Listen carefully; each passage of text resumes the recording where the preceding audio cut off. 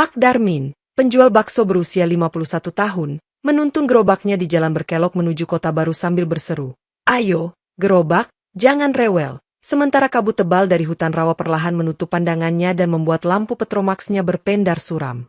Di tikungan sempit Bukit Tengkorak, angin basah meniup bendera kecil, bakso Pak Darmin, hingga sobek, dan dari sela pepohonan terdengar bisikan wanita yang memanggil, "Lewat sini, Bang, festivalnya tinggal sedikit lagi." Meski suara itu tanpa wujud penunjuk jalan.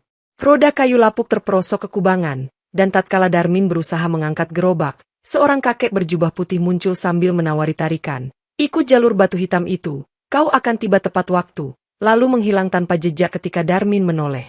Jalan batu hitam yang dimaksud ternyata setapak licin menuju celah tebing, dan begitu dilewati, gerobak berguncang hebat seolah didorong arus angin. Sementara di depan tampak gerbang batu berornamen aksara kuno yang terbuka perlahan dengan derit panjang.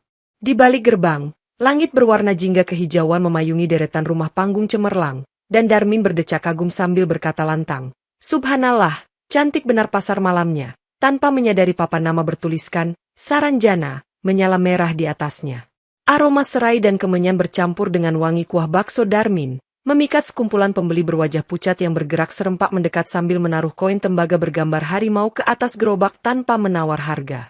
Darmin menyalakan kompor arang, sendok sayurnya beradu dengan panci ketika ia memanggil, "Bakso panas, 5.000 saja, Pak, Bu," dan para pembeli hanya mengangguk kaku, membuat suara gemeretak gigi mereka terdengar kejanggalan pertama malam itu. Koin-koin kuno menjinjing bunyi metalik aneh ketika terkumpul di kaleng, dan salah satu pembeli berbisik, "Terima kasih. Kau kini saudara kami," lantas meninggalkan jejak kaki basah meski jalan kering. Saat Darmin hendak menghitung uang, gerobak bergetar tiba-tiba seakan dinaiki banyak tangan tak kasat mata, dan lampu petromax pada meski sumbu masih basah minyak tanah. Dalam gulita yang hanya diterangi kilat jauh, Darmin mendengar suara gerbang batu menutup rapat di belakangnya, menandakan ia telah melintasi batas ke kota gaib tanpa jalan kembali malam itu. Fajar palsu memancar di Saranjana, memunculkan pasar lengang dengan kios emas terapung, dan Darmin mendapati tumpukan koin harimau di gerobaknya telah berubah menjadi perhiasan yang tetap dingin walau tersentuh api kompor. Seorang perempuan berselendang hitam tersenyum kaku sembari menyodorkan mangkuk tanah liat sambil berkata, "Beri kuahmu untuk saudara lapar di bawah tanah," lalu menghilang di balik kerumunan yang muncul entah dari mana. Darmin menyendok bakso ke mangkuk perempuan itu, tetapi bola-bola bakso tiba-tiba menghitam dan mengeluarkan asap tipis, membuat beberapa pembeli tertawa serentak dengan nada logam. Lelaki bertopi caping anyaman menaruh 7 koin sekaligus, berkata, "Upah hidupmu dibayar, ikatanmu dimeteraikan," di tengah gemerisi kain yang terdengar seperti sayap kelelawar. Gerobak Darmin dijadikan poros lingkaran, dan setiap pelanggan menenggak kuah sambil menengadahkan kepala, memperlihatkan lidah bercabang yang menjilati uap panas seakan itu santapan roh. Setelah deretan mangkuk kosong dikumpulkan, Darmin terkejut melihat kuah di pancinya tidak berkurang setetes pun, seakan diremas realitas kota gaib yang menolak hukum fisika dunia. Seorang bocah berkulit kebiruan menarik lengan Darmin sambil berbisik, "Pulanglah sebelum waktu terbalik, Pak, kalau tidak, darahmu akan menua di sini." Kemudian lari menembus dinding pasar yang berubah menjadi gelombang air. Ketika lonceng kayu di menara rangkap 5 berdentang terbalik, dimulai dari nada rendah menuju tinggi, para pembeli mendadak berhenti bergerak, mematung seperti patung lilin yang menetes. Sebelum Darmin sempat mundur, bayangan pasar memanjang hingga membungkusnya, dan suara serentak bergaung, "Kau telah menerima tanda, jangan tinggalkan kami," menggema tanpa mulut yang terbuka. Darmin, terperangah namun tetap memegang sendok sayur, sadar bahwa baksonya bukan sekadar dagangan, melainkan tumbal bagi ritual aneh masyarakat Saranjana yang baru mulai terungkap. Malam berikutnya, tepat saat bulan redup cengkareng melintasi atap bambu, seorang pemuda berjaket sobek bernama Rahman datang tergopoh-gopoh sambil mengucap, "Bang Darmin, 2 porsi tanpa sambal, kirim ke sumur kering," sambil menyelipkan sekeping obsidian hitam sebagai bayaran. Darmin menurut, mendorong gerobaknya melewati gang sempit berlumut yang dindingnya menetes air meski langit cerah, dan setiap roda berdecit seperti diseret rantai. Di depan sumur kering, lubang menganga dengan tali putus menjulur. Rahman menengadah sambil berseru, "Makanlah, saudara lapar," lalu menurunkan bakso ke dasar sumur menggunakan ember karat. Jeritan lirih terdengar dari dasar gelap, diikuti bau anyir yang menampar hidung Darmin, membuatnya memalingkan wajah tanpa berani melongok. Rahman menutup sumur dengan papan tua, menyerahkan baki kosong sambil tersenyum getir, lalu berkata, "Terima kasih, Bapak telah menolong jiwa-jiwa gelisah. sebelum berlari ke arah lapangan kosong. Tak lama kemudian, lampu-lampu pasar padam serentak, dan dentuman berat terdengar 2 kali, memicu kerumunan berhamburan menuju pusat lapangan. Darmin, terdorong rasa tanggung jawab, ikut mengejar sumber suara dan menemukan tubuh Rahman tergeletak. Lehernya tergurat dalam pola setengah lingkaran, mulutnya masih terbuka seperti ingin menyebut nama sang pedagang. Warga gaib berkumpul, menunjuk Darmin sambil berseru berulang, "Tukang bakso, tukang bakso." Seakan kalimat itu adalah vonis tak terbantah bagi tumpahnya darah muda. Petugas pasar berjubah beludru mengambil obsidian hitam dari saku Darmin, memeriksa bercak darah tipis di permukaannya, lalu menyatakan, "Inilah segel kematian, penebusnya harus datang dari garis darahmu." Dentang menara rangkap 5 kembali berkumandang terbalik, menegaskan bahwa tragedi Rahman menyeret Pak Darmin ke konflik berdarah yang menuntut balasan keluarga, sebuah hukuman menyeberangi dimensi. Di rumah sederhana Pak Darmin di Surabaya, Siti, putri remajanya, mendadak terbangun tengah malam sambil merintih. "Ayah," gerobak terbalik, darah, dan keringat dingin membasahi sprei walau udara kamar sejuk. Sri, istri Darmin, menyelimuti Siti, memeriksa denyut nadi yang melemah, lalu segera menelpon bidan, tetapi sinyal ponsel lenyap dan layar hanya menampilkan gambar samar gerbang batu dengan tulisan, "Saranjana." Dalam dunia gaib, petugas pasar membacakan dakwaan terhadap Darmin di balai kota bertiang rotan emas, menuduhnya memicu kematian Rahman dan menuntut darah keturunan sebagai tebusan. Darmin mencoba membela diri seraya berseru, "Aku hanya pedagang, aku tak kenal aturan kalian," tetapi suara lantangnya teredam kabut yang keluar dari lantai balai, seolah menelan argumen sebelum mencapai telinga majelis. Ketua majelis, seorang wanita bermata putih susu, mengetukkan tongkat tanduk sambil berkata, "Putuskan, dalam 3 purnama, darahnya atau darah Siti harus menyatu dengan tanah Saranjana." Kabar keputusan itu bergema di lorong-lorong pasar, membuat penduduk gaib bersorak lirih, sedangkan Darmin terduduk lemas sambil memeluk gerobaknya yang jadi satu-satunya harta nyata di dunia aneh tersebut. Di Surabaya, dokter memeriksa Siti dan menemukan nadi berganti alur tak wajar, berdetak lambat seperti ketukan lonceng terbalik, sehingga mereka hanya bisa memberi cairan infus tanpa diagnosa jelas. Sri memeluk putrinya dan bersumpah, "Ibu akan jemput ayah, kamu bertahan." Sementara lampu kamar meredup, memantulkan bayangan gerbang batu di dinding seolah memaksa keluarga terhubung lintas dimensi. Malam berlanjut, Siti terisak dalam tidur pingsan, sedangkan Sri mencari peta Kalimantan di layar laptop, mencatat nama Bukit Tengkorak, lalu memesan tiket kapal berikutnya tanpa pikir panjang. Di Saranjana, Darmin menggenggam koin obsidian retak sebagai pengingat bahwa takdir darahnya kini menjerat keluarga, dan waktu purnama terus menghitung mundur tanpa belas kasihan. Di sebuah lorong berlampu obor biru, dukun gaib bernama Mang Supit memanggil Darmin sambil menebar abu hitam, berkata, "Keluargamu bisa selamat, asalkan kau memberi daging yang roh-roh mau kunyah." Darmin, teringat Siti yang terbaring lemah, menunduk dan menjawab, "Apa maumu, Ki?" Sementara asap abu membentuk bayangan serigala mengelilingi mereka. Mang Supit menyerahkan pisau bersarung tulang ikan duyung, memerintah, "Potong daging dari siapapun yang mati malam ini, rebus dengan rempah kemenyan, dan bakarkan di pasar, maka sakit putrimu mereda." Tak lama, lonceng menara bertalu, tanda mayat baru ditemukan di Sungai Hitam, dan Darmin, diburu waktu, terpaksa mengikuti 2 algojo gaib mengevakuasi jenazah tanpa identitas itu. Di dapur kayu tua belakang pasar, Darmin merebus potongan daging bercampur kapulaga hitam, sedangkan Mang Supit menyuapkan santan pekat sambil komat kamit memanggil nama leluhur. Uap panci berputar membentuk wajah Siti yang pucat, lalu memucat lagi dan lenyap, menandakan ritual mulai tersambung ke tubuh gadis di dunia nyata. Gerobak bakso Darmin kembali dibuka malam itu, dan para pelanggan gaib berbondong menyeruput kuah kental yang menebar bau logam manis, berseru, "Nyawa muda, rasa tiada tara," seolah lidah-lidah mereka merayakan tabu. Di Surabaya pada waktu yang sama, Siti tiba-tiba membuka mata, detak nadinya normal, membuat dokter terperangah, sedangkan Sri menangis lega tanpa mengetahui harga mahal di Saranjana. Mang Supit menepuk pundak Darmin, tertawa serak, "Kau lihat, daging itu bekerja, tapi kutukan baru saja mulai, karena setiap kesembuhan butuh daging berikutnya." Darmin, menahan mual menatap sisa daging di panci, menyadari ia tertambat pada perjanjian gelap yang menukar jiwa tak berdosa demi denyut nadi putrinya. Malam-malam selanjutnya, gerobak Darmin kian ramai, dan pelanggan gaib memesan bakso hitam, sambil menaruh potret orang hilang di mangkuk, seakan memesan kematian berikutnya. Darmin menyerok bakso berwarna legam, dan tiap sendokan diiringi suara bisikan korban, simpan tulangku, yang hanya terdengar sesaat sebelum uap menyerap suara itu. Setiap selesai berdagang, Darmin pulang ke bilik sempit belakang pasar, tetapi roh-roh korban mengikuti, berbaris di pintu sambil memperlihatkan luka terakhir mereka tanpa mengeluarkan kata. Suatu malam, di antara arwah itu muncul bocah berumur 7 tahun yang memegangi bola karet, menatap Darmin dan berkata, "Om ingat aku, kan?" Lalu menunjuk bekas sayatan di dada kecilnya.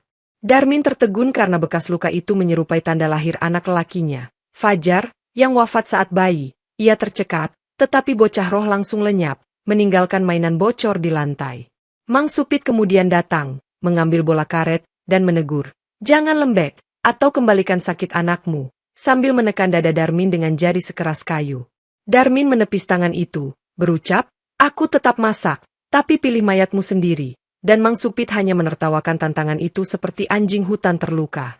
Di Surabaya, Siti mulai mimisan setiap petang, dan setiap tetes darah menghitam ketika menyentuh lantai, menandakan jiwa gadis itu setengah terikat ke ritual gaib.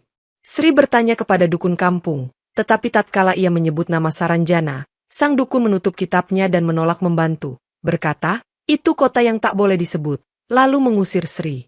Darmin menatap langit buatan Saranjana yang selalu jingga, merenungkan pilihan sulit antara menghancurkan perjanjian dan kehilangan putrinya, atau terus menyajikan bakso bermandikan kutukan roh-roh tak tenang. Sri menumpang kapal bara menuju kota baru, berdesak dengan peti ikan asin, sambil memegang foto Darmin dan bergumam, "Tunggu aku," ketika ombak malam berkilau menampar haluan. Di kabin sempit, Sri terbangun oleh suara erangan Darmin memanggil namanya, padahal kabin kosong selain dirinya dan lampu dinding yang berkedip. Sri mengikuti suara kegeladak, tetapi yang ditemui hanya burung gagak hinggap di palka, mematuk peta Kalimantan yang tergelar, membuat lubang tepat di lokasi Bukit Tengkorak.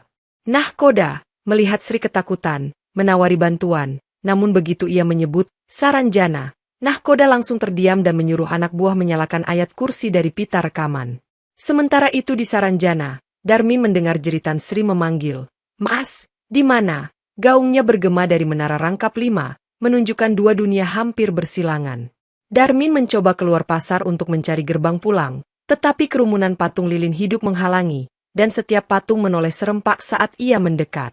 Mang Supit muncul dari lorong asap, menyeringai, "Istrimu sudah di jalan, biarkan dia datang, kita butuh saksi baru," sambil menggulung tali rotan berduri di tangannya. Sri akhirnya mendarat, menyewa ojek menuju Bukit Tengkorak, dan sepanjang jalan sopir ojek tak henti membaca salawat, seolah bertarung melawan hawa dingin tak wajar di tengah terik siang.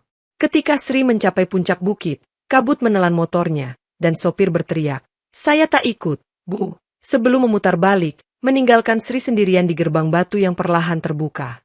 Di saat Sri melangkah masuk, lonceng menara rangkap 5 di Saranjana berdentang mengundang, tanda dua jiwa yang saling mencinta akan disatukan, atau dipecah, oleh kota gaib.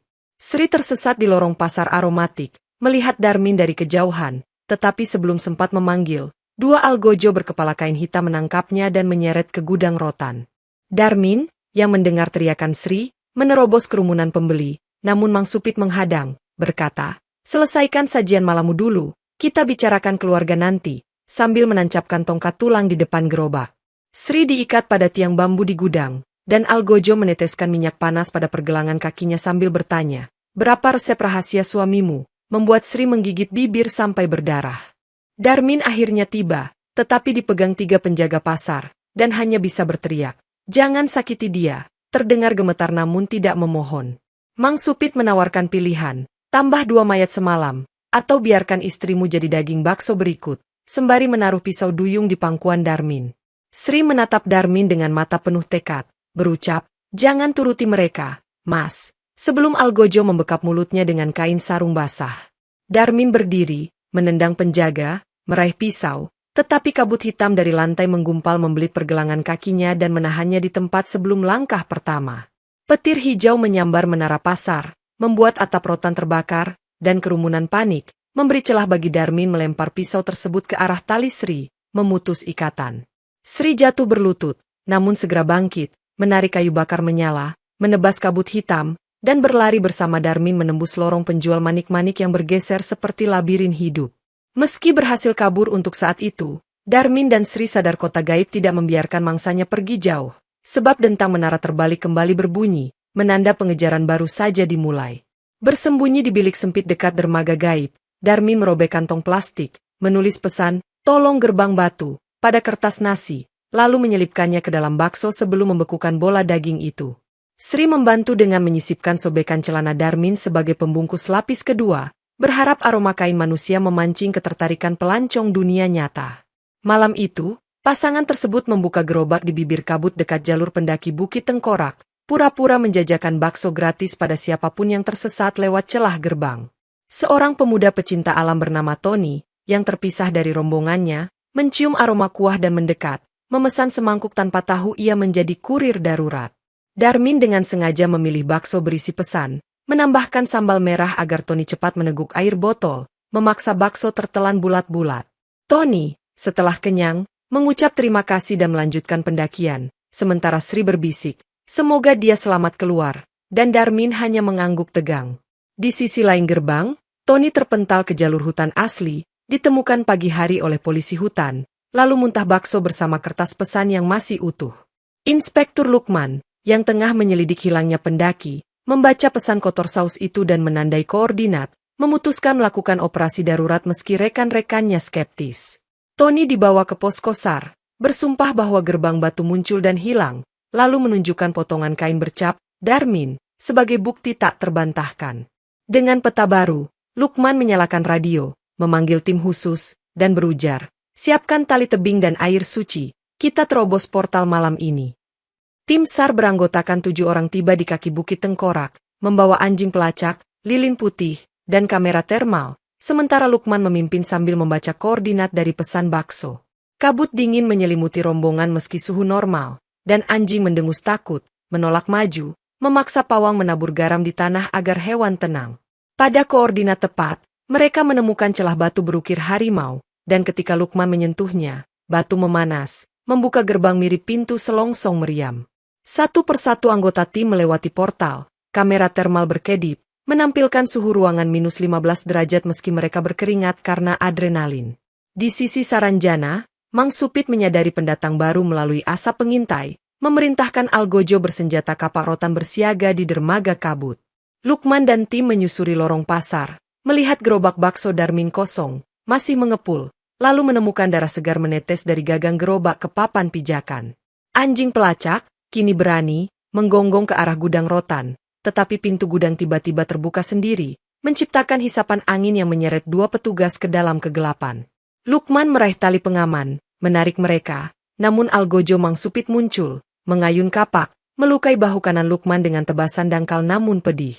Tim menembakkan flare merah, membuat penghuni pasar berhamburan, dan menggunakan kesempatan itu untuk memblokir lorong dengan barikade kayu bakar. Saat luka Lukman diperban, ia sempat mengirim koordinat GPS kasar melalui radio HF. Sinarnya tembus kabut sesaat, membuka peluang tim backup memasuki area terlarang. Gerhana bulan total meredupkan cahaya hijau palsu kota, dan Mang Supit memindahkan Sri ke altar batu di tengah lapangan, menyiapkan ritual darah untuk menegaskan dominasi. Darmin, di borgol rotan berwarna hitam, diseret ikut menyaksikan, sementara warga gaib berjajar membawa obor yang meneteskan lilin darah membentuk lingkaran. Mang Supit mencabut pisau duyung, menggores telapak Sri, meneteskan darah ke mangkuk tembikar, lalu berseru, "Dengan ini, kuasa malam bertahan 1000 purnama lagi."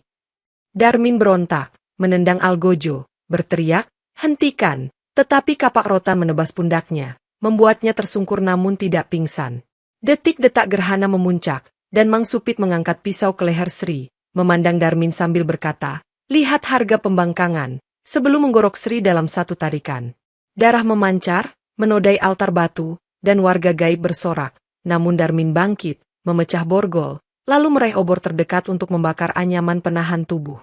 Algojo mengepung, tapi kobaran api menyala besar karena minyak darah Sri menyatu lilin, memaksa kerumunan mundur sesaat dan memberi celah Darmin memeluk tubuh istrinya yang terluka fatal.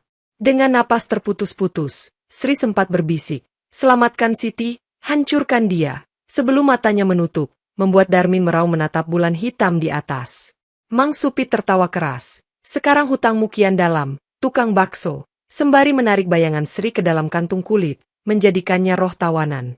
Darmin, berlumur abu dan darah, bersumpah lantang di hadapan menara rangkap 5 bahwa nyawa Mang Supit akan dibayar lunas, memecah malam gerhana dengan janji balas penuh murka.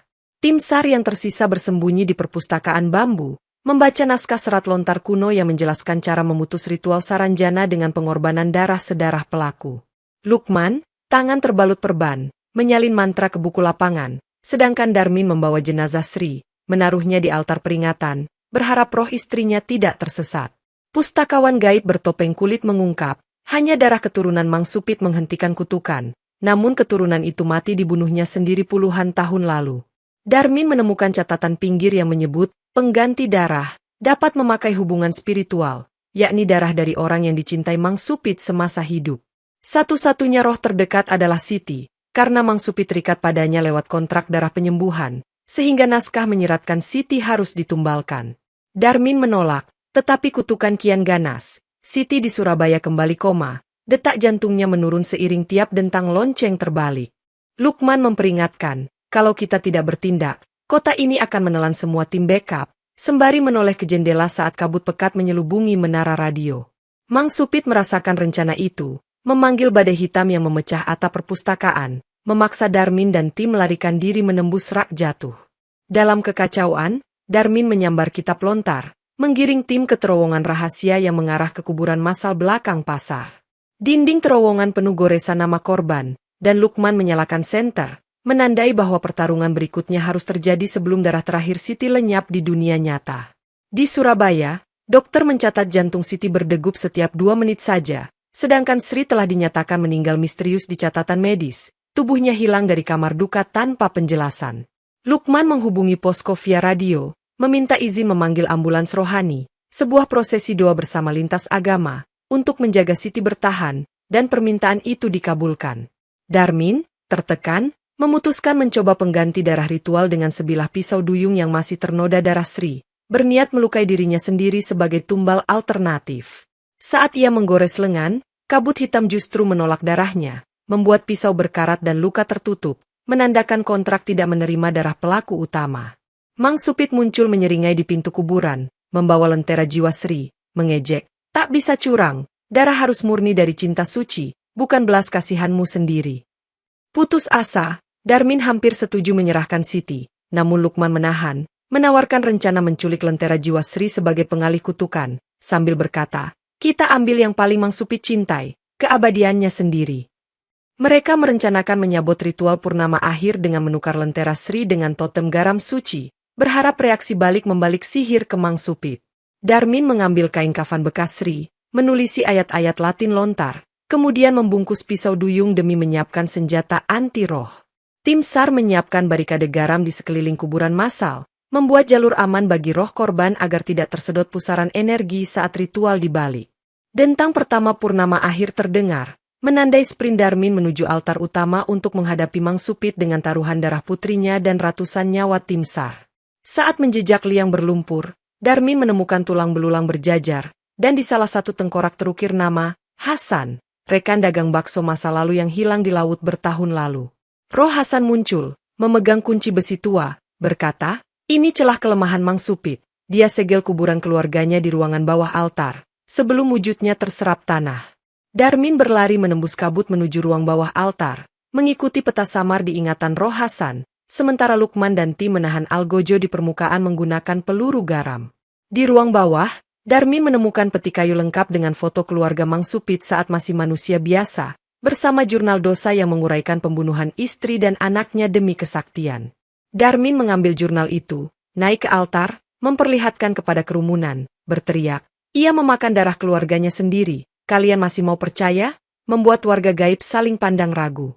Mang Supit marah, melepaskan badai belatung dari lengan, namun roh-roh korban berdiri di barikade garam, menahan serangan, menciptakan celah bagi Darmin maju. Darmin membaca kutukan balikan dari jurnal, menyuruh warga gaib menabur abu keluarga Mang Supit ke bara altar, memaksa kekuatan dukun menyusut. Algojo yang tersadarkan menurunkan senjata, beberapa malah berbalik menahan Mang Supit, seakan kebenaran terkuak mencabut loyalitas mereka. Lonceng rangkap 5 berdentang acak, menandakan jaringan sihir kota terguncang, memicu retakan dimensi di langit jingga. Dengan cahaya retakan menyilaukan, Darmin melihat kesempatan terakhir untuk menusuk Mang Supit dengan pisau duyung berbalut kain kafan, menyiapkan babak akhir revolusi kota gaib. Pertempuran brutal pecah di lapangan. Darmin menggenggam pisau, Lukman menyemprot garam cair, dan Algojo terpecah antara kesetiaan lama atau dendam baru, menimbulkan bentrokan sengit. Roh Hasan memimpin barisan arwah korban, menerjang Mang Supit, membuat dukun itu mundur, sementara api altar menjilat langit membuka lubang cahaya. Darmin menyelinap di sela kerumunan, tetapi terkena sabetan kapak Algojo, membuat darah segar menodai pisau duyung, justru menambah kekuatan mantra balikan. Mang Supit menghentak tanah, memanggil pusaran angin berduri, menelan Roh Hasan yang menjerit, teruskan perlawanan, sebelum lenyap meninggalkan kunci bersinar di udara.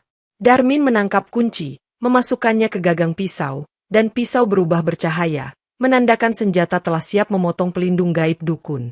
Warga gaib yang sadar dosa menahan pasukan belatung, memberi ruang Darmin mendekat ke Mang Supit yang kini retak aura hijau di sekujur tubuhnya.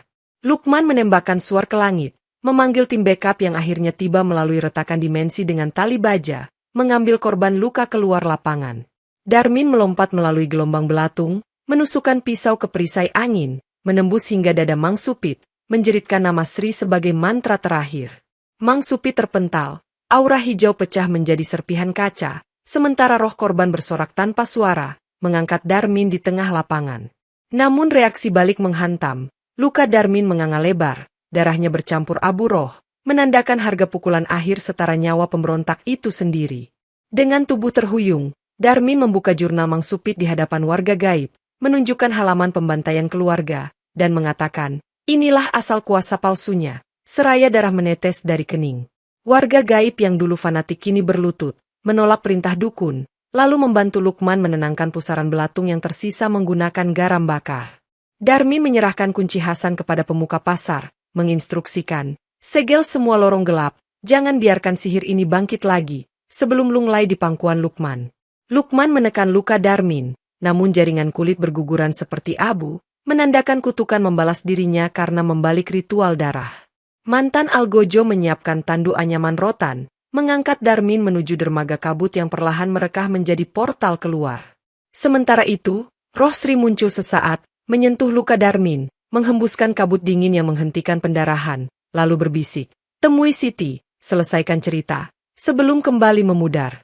Dengan kekuatan terhimpun, Darmin membuka mata, menatap sisa warga gaib, berseru, perbaiki kota kalian tanpa darah manusia, lalu terbatuk keras.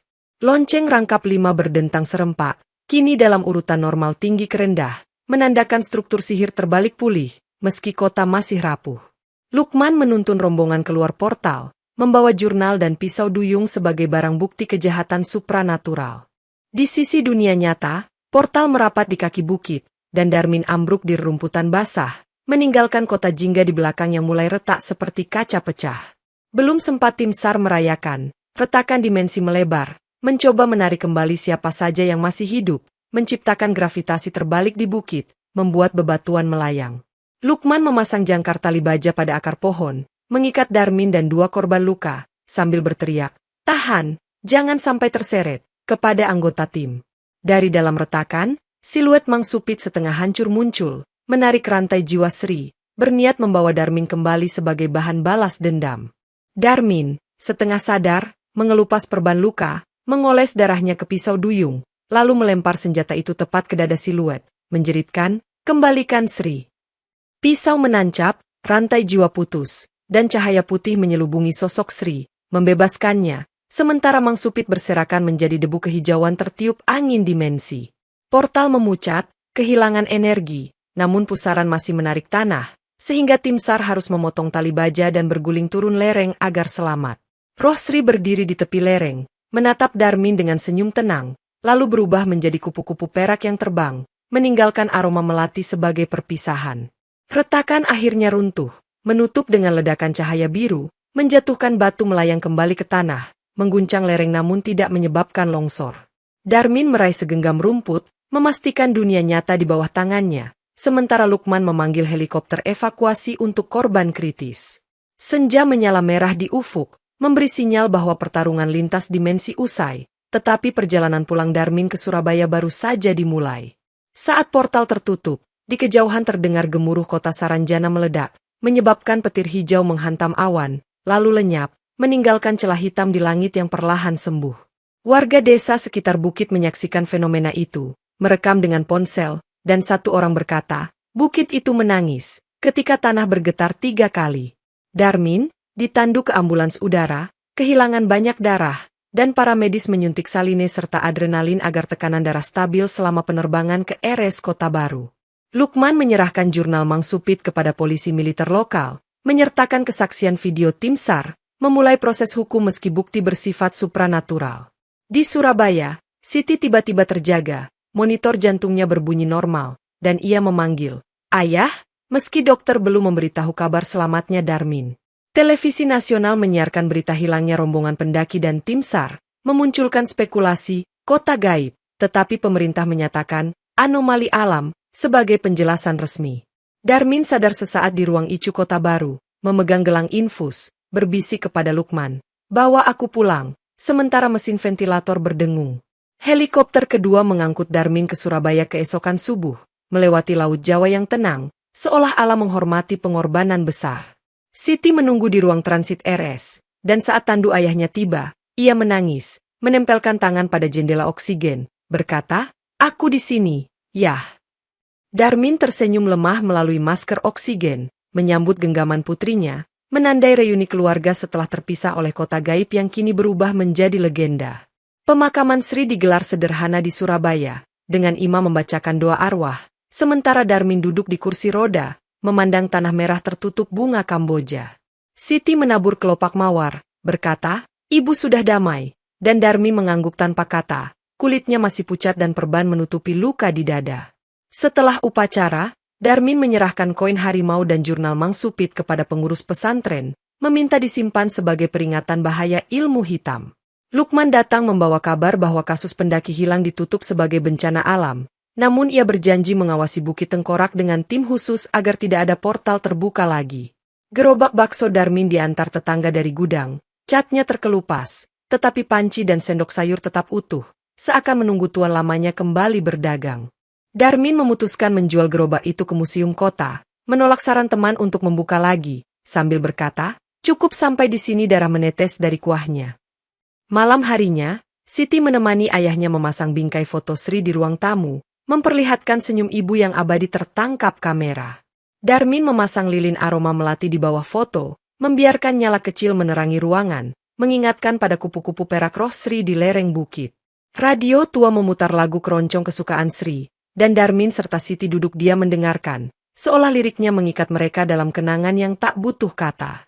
Pada tengah malam, suara jauh lonceng terbalik terdengar samar, namun cepat menghilang, menandakan bayang-bayang kota Saranjana masih ada, meski hanya sebagai bisikan legenda.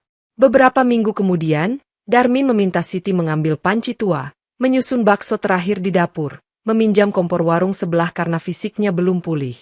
Ia memotong bawang putih, menumis cabai, dan berkata kepada Siti, "Ini resep ibu, jangan ubah takaran," sambil memastikan kuah bening tanpa bumbu hitam sedikit pun. Siti membantu menggiling daging sapi halal dari pasar tradisional, memastikan tidak ada sisa masa lalu yang ikut, sementara Darmin menyiapkan bumbu pala dan garam seimbang. Darmin membentuk bola bakso perlahan, meneteskan air mata yang jatuh ke adonan, namun cepat-cepat diusap agar Siti tidak melihatnya. Kuah mendidih, dan aroma lada putih memenuhi rumah, mengingatkan Siti pada masa kecil saat Sri memasak sup saat hujan deras. Setelah matang, Darmin meletakkan satu mangkuk bakso di meja altar foto Sri, menyalakan dupa, lalu berkata, "Ini persembahan terakhir, terima kasih atas cinta dan keberanianmu." Siti menaruh sendok perak di samping mangkuk, berbisik, "Ibu, jaga kami dari sana," dan nyala lilin melati berkedip seolah menjawab. Darmin duduk di kursi rotan, memakan satu sendok bakso, menutup mata, lalu menghela napas tenang, sementara monitor nadi portabel di pergelangan tangannya perlahan melambat. Siti memegang tangan ayahnya, memanggil, "Ayah," tetapi Darmin tersenyum, meletakkan sendok, dan jantungnya berhenti pada detak ke-199, angka yang sama dengan harga mangkuk bakso pertamanya puluhan tahun lalu. Penduduk kampung mengenang Darmin sebagai pedagang bakso yang berani menantang kota gaib, dan setiap kali kabut tipis turun di bulan Safar, mereka menyalakan lampu petromax di gerobak peringatan, agar jiwa-jiwa lapar di seberang tak lagi menagih darah manusia.